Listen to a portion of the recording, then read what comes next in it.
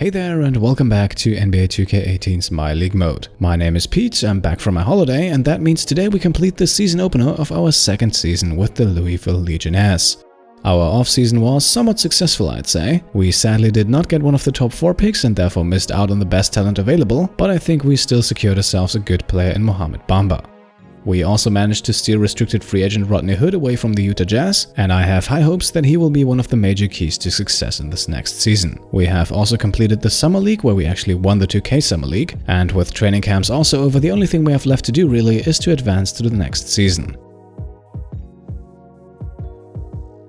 Now, before we get into things, there is one thing I have promised for a long time now, something that has irked me and a lot of you as well since the beginning of the series really, and of course I'm talking about the Legionnaires uniforms. I believe I already said this in the very first episode that I'm not 100% happy with them, and that really hasn't changed. The biggest issue were probably the names on the back, which were way too small and therefore a bit hard to read, but also the overall design always looked a bit off to me. At the same time, for the purpose of realism, I didn't want to change the uniforms in the middle of the season, but now, the start of our second season marks a very good time to do so. So I have taken some inspiration from real-life NBA teams, and yeah, without any further ado, here they are, the new Louisville Legionnaires uniforms. I wanted to go for a leaner, slightly more minimalist look, and two of the most important changes, I think you can see that immediately. We now have both a number and the Legionnaires slogan on the front of the uniform, while both the number and the name on the back have been increased in size. I have also changed the stripes on the side to something a bit more unobtrusive, and all in all I have to say I'm quite happy with how the uniforms turned out. For the alternate uniform, I also changed the Legionnaires lettering to Louisville, which I found is something a lot of NBA teams do as well. Now, I hope you also like the new uniforms. Of course, I know there is always room for improvement, but I didn't want to go entirely overboard with the changes. But feel free to let me know your feedback in the comments, and also let me know which one of the 3 versions is your favorite. My personal favorite is actually the white home uniform, but I'd be interested to hear what you think. Now, one more thing that we didn't really talk about last season, but definitely something I want to get a bit more into detail about this year, our offensive system. For the entirety of the last season, we ran with the balanced system, which is also still set as the active system. The balanced system is pretty much what it says. It has no major strength or weakness, and it generally runs at a somewhat slower pace. And that last thing is exactly why I want to change it, because we have a formidable core of young athletic players who are absolutely able to push the pace, and that is definitely something I want to incorporate. We also have a team right now that is rather good at 3-point shooting. Although we have no truly elite shooters at the moment, we definitely have a lot of guys who can hit them if they're left open, and that is also something we want to consider here.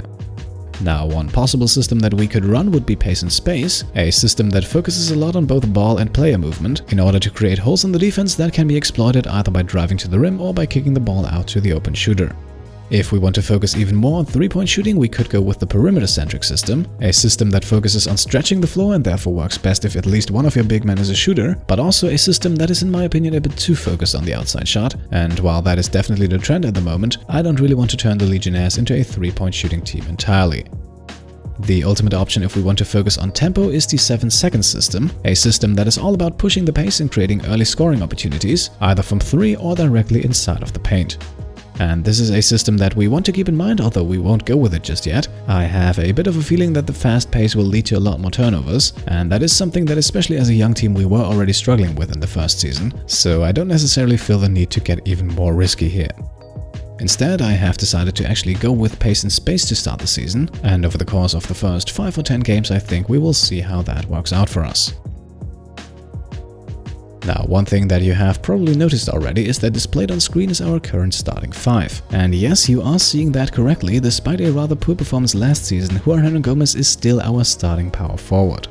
My reasoning behind that is actually quite simple. Just like pretty much every other player on the team, Hernangomez did of course improve over the course of the last season, and the slightly more spacing-focused system we have in place now might also be a bit more suitable for him.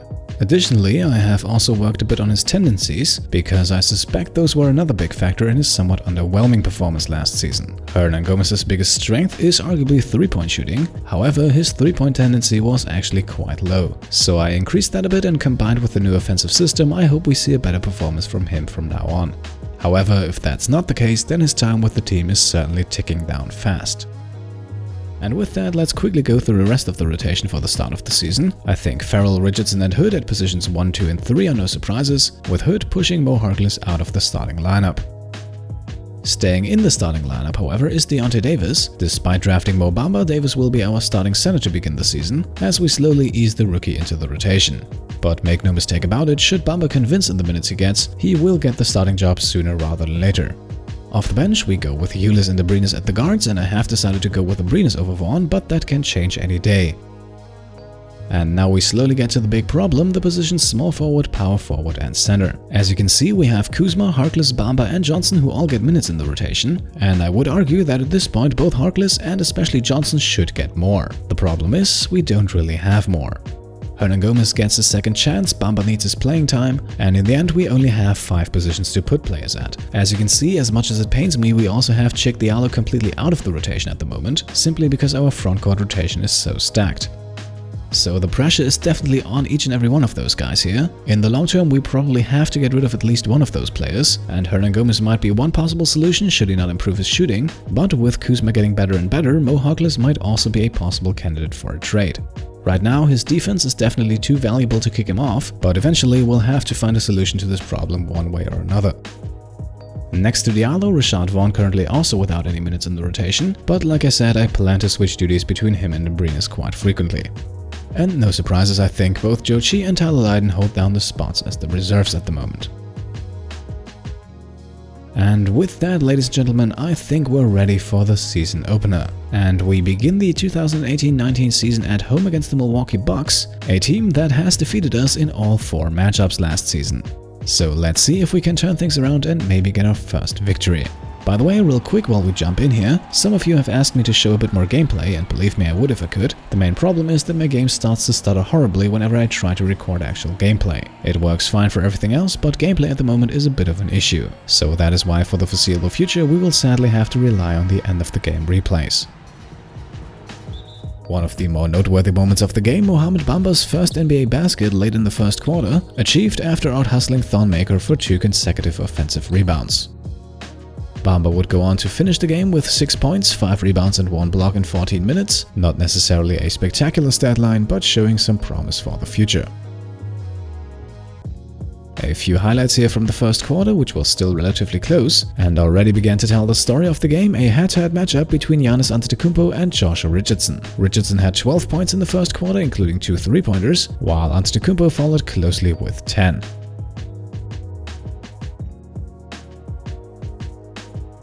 In the second quarter then, we also got some production out of Yogi Ferrell, who scored 8 points to go along with 2 assists, while Richardson added an additional 8. Still, at halftime the game pretty lopsided already, the Bucks with a 13-point lead behind 19 points from Antetokounmpo, definitely showing a much better team performance than the Legionnaires, whose most reliable player was Richardson, who led all scorers with 20 points at halftime. In the third quarter then, we finally got some of our other scorers going. Bryce Johnson scored 8 here, while Kyle Kuzma added 6, and with Richardson also adding 6 more, we were able to cut the lead down to 10. In the fourth quarter then, Rodney Hood finally got going. He scored 12 of his 14 points here off of 4 3-pointers, and after a beautiful and one by Hernangomez, we actually came within 4 points of the Bucks. In the end though, we sadly did fall short and lost this one. Antetokounmpo with a more than deserved player of the game honors here. He finished the game with 44 points, 6 rebounds and 8 assists. He absolutely manhandled the Legionnaires tonight and forced a narrow 4-point victory for the Bucks. The performer of the night on our side was without a doubt Josh Richardson, who set a new franchise scoring record with 35 points to go along with 3 rebounds, 6 assists and 1 steal. Rodney Hood, like I already mentioned, extremely streaky in this one, pretty much played like crap for the first 3 quarters, then somehow started to hit shots left and right in the fourth, and finished with 14 points, the majority of those coming from 3-pointers. Hernangomez, so far showing that he deserved the second chance. He also scored 14 to go along with 8 rebounds, 2 assists and 2 blocks. His efficiency wasn't spectacular, shooting only 38% from the field, but the numbers are there and I like what I saw from him tonight.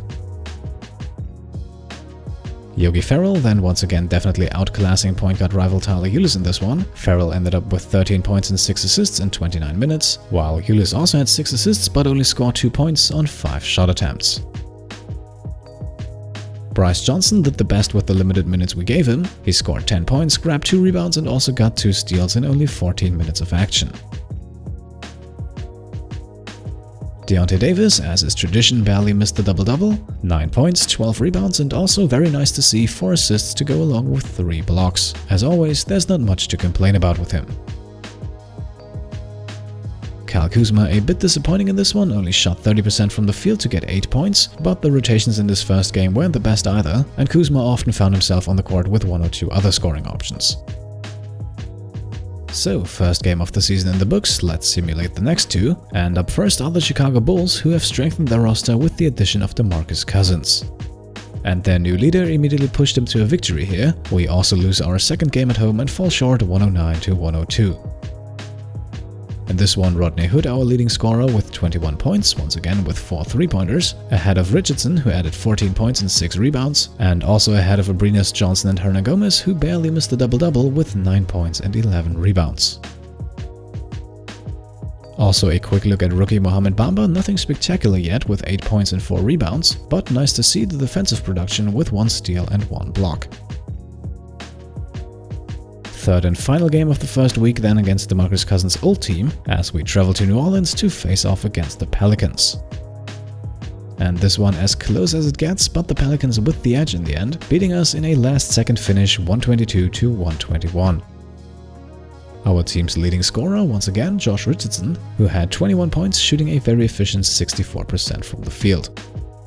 Yogi Ferrell and Tyler Ulis both added 19, although Ferrell on slightly better efficiency and also with more assists, while our newest addition Rodney Hood remained relatively quiet in this one, scoring only 7 points to go along with 3 rebounds and 3 assists. Our rookie once again received 20 minutes tonight, and although he didn't score much, 7 rebounds are nice to see and 6 assists are great to see, especially coming from a big man. Still, in the end, we have now played 3 games and lost 3 games, so something has to change soon, and with 2 of the next 4 games against the Cavaliers, I have my doubts about that. Still, it's no time for desperation just yet, after all the season has barely begun. Nonetheless, 2 rather impactful moves have already been made around the league, as both Russell Westbrook and Kawhi Leonard have agreed to big contract extensions. Westbrook re-signed with the Thunder on a 4-year, $145 million deal, a deal that will eventually pay him over $40 million in 2022. Leonard and the Spurs only agreed to a 3-year extension, don't ask me why. Still, this one also worth 9 figures, totaling over $104 million until 2021. So, first week of the season completed, not in the most convincing fashion to be honest. Still, it's only a matter of time before we get our first win, and those 2 games against the Suns coming up, those look rather promising. Still, our next game after a 3-day rest will be against the Cleveland Cavaliers, who were lucky enough to be gifted Luka Doncic in the draft, and I'm eager to see how he does in his first game against the Legionnaires. All of that and more will happen in the next episode. Until then, as always, leave a thumbs up if you like this episode, and if you want to support the channel, then feel free to subscribe. Thank you all for watching, and I'll see you next time. Cheers!